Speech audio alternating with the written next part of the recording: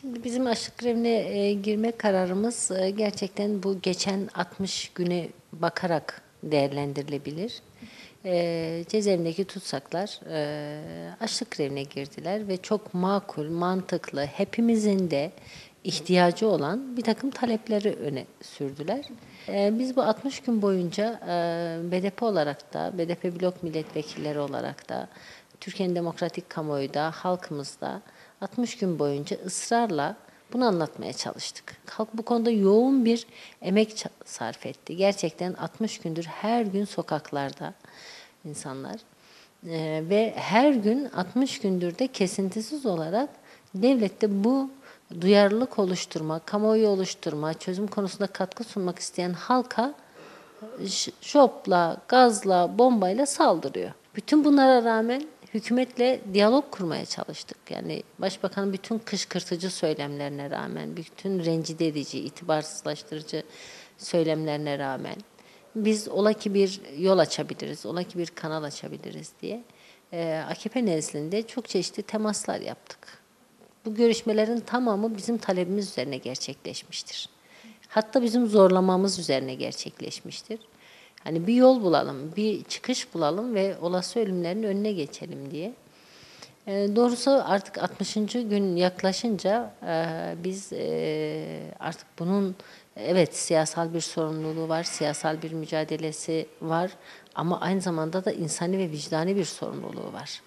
Biz artık rutin hayatımıza devam edip yaklaşan ölümleri izleyemezdik. Yani insanlık adına en büyük utançtır ölümü izlemek. Adım adım gelen, adım adım yaklaşan ölüme seyirci kalmak en büyük utançtır. Böyle bir utancı taşımak istemedik. Ve bu konuda bütün grup, bütün milletvekili arkadaşlarımız gerekirse biz bunu devralalım, gerekirse biz yaşamımızı ortaya koyalım, içerideki bu olası ölümlerin önüne geçelim diye herkes, bütün arkadaşlarımız kendilerini önerdiler açlık grevine. Ve biz bir yoğun tartışmadan sonra yaklaşık bir 10 gün tartıştık bu konuyu, birçok toplantı yaptık. Nihayetinde böyle bir temsili grupla bu görevi bütün grubumuz adına üzerimize aldık. Bizim bu tutumumuz tamamen devletin çözümsüzlüğü ve ölümü dayatan, AKP hükümetinin bizzat başbakanın ağzından çözümsüzlüğü ve ölümü dayatan politikalarına karşı alınmış bir tutumdur. Biz yaşamı savunmak için açlık grevine girdik. Biz cezaevlerinde açlık grevinde olanlar yaşamını yitirmesin diye açlık grevine girdik. Yine bu süreçten eğer bir çözüm yaklaşımı çıkarsa dışarıdaki ölümler de durdurulabilir. Bu nedenle biz içeride ve dışarıda olası ölümleri durdurabilmek için, bir çözümün önünü açabilmek için böyle bir tutum aldık.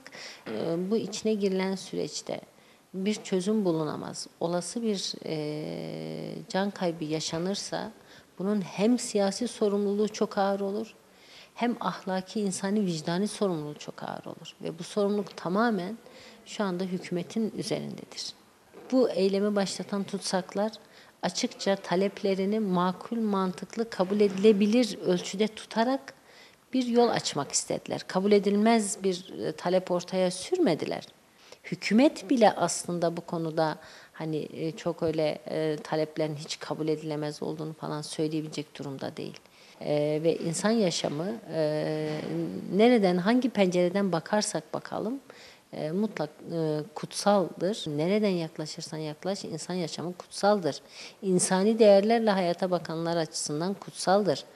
Yani insan yaşamına karşı bu kadar kayıtsız kalmak büyük bir vicdansızlıktır.